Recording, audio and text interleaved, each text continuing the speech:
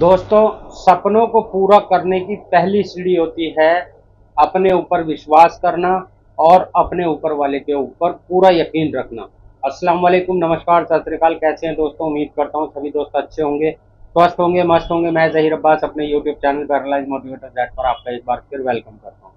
दोस्तों, आज की वीडियो में मैं आपको बताऊंगा स्पाइनल कोड इंजरी के अंदर रिकवरी होने के 5 सिम्टम क्या होते हैं। देखिए, सबसे पहले तो आप एक चीज़ मैं और बता देता हूँ आपको। हर इंसान की रिकवरी आने की स्पीड और एक लिमिट अलग अलग होती है, और इसके अंदर सबसे बड़ा रोल फिजियोथेरेपिस्ट और रिहैब सेंटर और न्यूरो के डॉक्टर का और दवाइयों का सबसे बड़ा रोल होता है। अगर इसके बाद भी आपके अंदर कोई एक्स्ट्रा अगर कोई और एक्स्ट्रा चेंजेस आपकी बॉडी में आते हैं तो फिर आप अपने न्यूरो के डॉक्टर से संपर्क ज़रूर करें। वीडियो पसंद आए तो लाइक करिएगा, शेयर करिएगा, और चैनल पे नए होते हैं तो प्लीज़ सब्सक्राइब करके बेल आइकन को ऑल कर लिया करें और एक छोटा सा कमेंट ज़रूर कर दिया करें।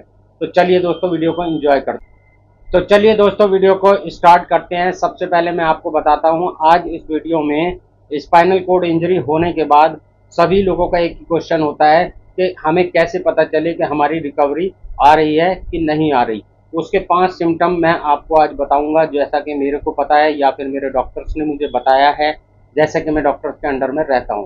और दूसरी चीज़ एक और मैं बताऊंगा कि आप एक चीज़ ध्यान रखिएगा कि हर इंसान का जैसे कलर अलग होता है, हाइट अलग होती है, उसी हिसाब से इंसान की रिकवरी आने की स्पीड, जो कि मैं पहले भी दोहरा चुका हूँ, इस इंसान के रिकवरी आने की स्पीड और एक लिमिट कब तक वो आएगी, उसमें सबसे बड़ा रोल फिजियोथेरेपिस्ट, रिहैब सेंटर और न्यूरो के डॉक्टर और दवाइयों का सबसे बड़ा रोल होता है। अगर आप ये सब चीज़ें डॉक्टर्स के कहने से फॉलो करते हैं तो रिकवरी आपकी फास्ट आती है। अगर ऐसे फॉलो नहीं करते हैं तो रिकवरी फास्ट नहीं आती है आपकी। तो मैं आपको आज बताता हूँ पहला सिम्टम क्या होता है।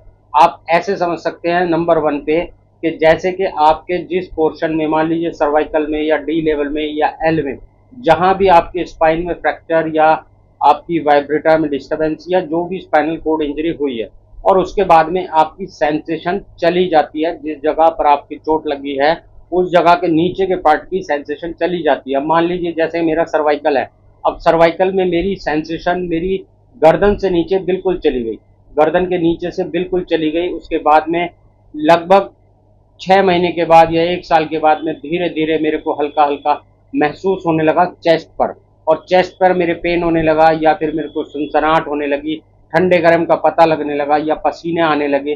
तो ये रिकवरी आने का एक सिम्टम है, पर तब है जब आप, मैंने जो पहले 3-4 चीज़ें आपको बताई वो चीज़ अगर फॉलो कर रहे हैं और उसके बाद ये सब चीज़ें आने लगती हैं, आपके हाथों में पावर आने लगती है, हाथों में सुन्नपन आने लगता है, झंझनाहट होने लगती है, झटके मारने लगते हैं, तो ठंडा गर्म पता लगने लगता है, पसीने आने लगते हैं, या फिर हाथों के अंदर आपके मूवमेंट आने लग जाती है। तो ये सारी चीज़ें पहले नंबर पे आती हैं अगर आपको रिकवरी आ रही है।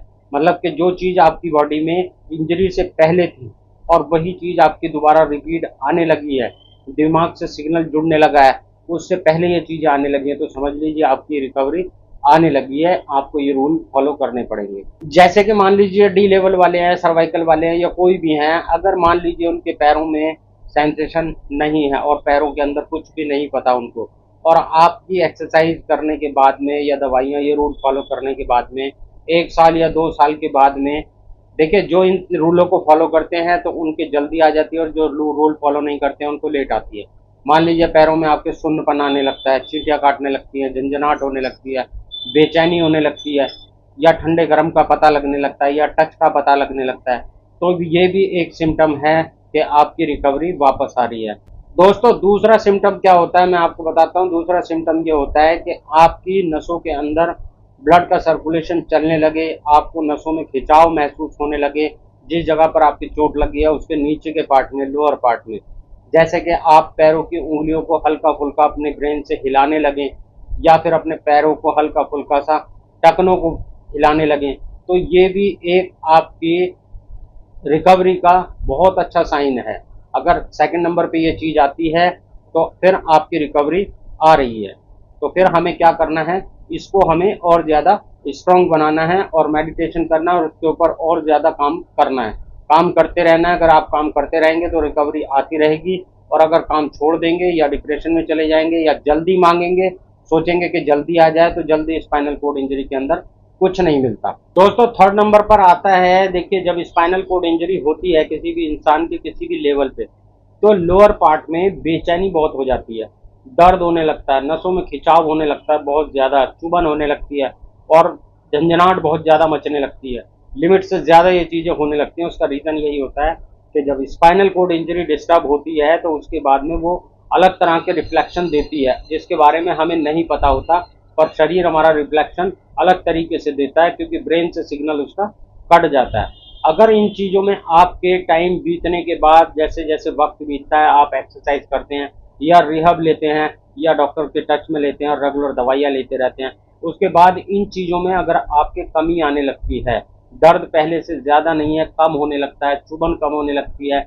और झंझनाहट थोड़ी सी कम होने लगती है, तो इसका मतलब फिर आपकी रिकवरी नॉर्मल तरीके से आ रही है। लेकिन कितना वक्त लगेगा इसको कोई नहीं बता सकता, वो डिपेंड करता है आपके रूल फॉलो करने के ऊपर। रूल फॉलो करते रहेंगे तो रिकवरी आती रहेगी, अदरवाइज रिकवरी फिर आपकी रुक जाएगी और परेशानियां और ज़्यादा बढ़ जाएंगी। दोस्तों, फोर्थ नंबर पे आता है, देखिए मैं एक चीज़ और बताता हूँ, फोर्थ नंबर पे जो वो ऑप्शन आता है वो सबसे ज़्यादा इंपॉर्टेंट होता है, वो लोग ज़्यादातर क्वेश्चन करते हैं और वो ज़्यादा परेशान करता है इंसान को, और वो है यूरिन और मोशन का कंट्रोल आना या ना आना। ये सबसे ज़्यादा परेशान करता है इंसान को, क्योंकि इंसान जो पानी पी रहा है, पानी पीने के बाद में वो निकलना भी है और इन्फेक्शन भी होता है उससे और कैथेटर भी लगा रहता है। तो आदमी चाहता है इस चीज़ से हमें छुटकारा मिल जाए, और ऐसे ही खाना खाता है तो वो सोचता है कि बस जो खाना खाया है नॉर्मल तरीके से, जैसे नॉर्मल आदमी या हम लोग पहले टॉयलेट सीट पे बैठ के मोशन कर लेते थे, पेट साफ कर लेते थे, ऐसा हो जाए। तो दोस्तों, फोर्थ नंबर पे जो आता है वो इसी चीज़ के बारे में है। मान लीजिए अगर आप रूल फॉलो करते हैं और प्रॉपर तरीके से एक्सरसाइज वगैरह करते रहते हैं और ये चीज़ें आपकी वापस आने लगती हैं, जैसे कि प्रेशर लगाने से आपको यूरिन आने लगे, जैसे नॉर्मल आदमी के आता है या थोड़ा आता है या 10% 20% आपको सिग्नल आने लग जाता है। मान लीजिए आपके पेन होता है, उस जगह पे पता लग जाता है कि हाँ भाई मेरे को ब्लैडर में पेन हो रहा है या यूरिन आ रहा है तो पता लग रहा है, ऐसे ही मोशन आ रहा है तो मुझे पता लग रहा है, तो समझ लीजिए ये रिकवरी का एक साइन है। लेकिन इसके ऊपर भी मेहनत करने की ज़रूरत है। वो नॉर्मल तरीके से आपका ये सारी चीज़ें फॉलो करने के बाद में अगर वापस आ रहा है, गैस पास करने का आपको पता लग रहा है, पहले आपको पेट में दर्द का पता नहीं चलता था, पेट में हाथ लगाने का पता नहीं चलता था, ऐसा सर्वाइकल और डी लेवल दोनों में होता है कि पेट पे भी टच करने के बाद भी पता नहीं लगता। डी लेवल वाले बैठ तो जाते हैं अपने आप, लेकिन पेट पे अंदर क्या हो रहा है वो सब चीज़ें उनको नहीं पता होती। लेकिन अगर आप प्रॉपर तरीके से फिजियोथेरेपी या रिहब या फिर एक्सरसाइज और डॉक्टर की सलाह से चलते रहेंगे तो ये सारी चीज़ें आने लगेंगी। अब जैसा कि मैं आपको बताता हूँ अपने बारे में, मेरा सर्वाइकल लेवल है और सर्वाइकल लेवल होने के बाद में मेरे को जो लोग रेगुलर देखते हैं पिछले 4 साल से, उनको मेरे बारे में सब पता है। मैं इस तरह से नहीं बैठ पाता था, मैं कम से कम 5 साल के बाद में इस तरह से मैं बैठ पाने लगा कि जैसे मैं हाथों के प्रेशर पे यहाँ बैठ जाता हूँ, मेरे को पेट में दर्द का पता चलता है, गैस बनने का पता लगता है और गैस पास होने का पता लगता है। यूरिन मोशन का कंट्रोल लगभग 30% है, सेंसेशन 100% है और कंट्रोल जो है 30% है। प्रेशर लगाता हूँ तो यूरिन कई बार आ भी जाता है। तो उसका रीज़न क्या है कि मेरी रिकवरी आ रही है और मेन ऊपर वाले का तो साथ है मेरे साथ और एक विश्वास है।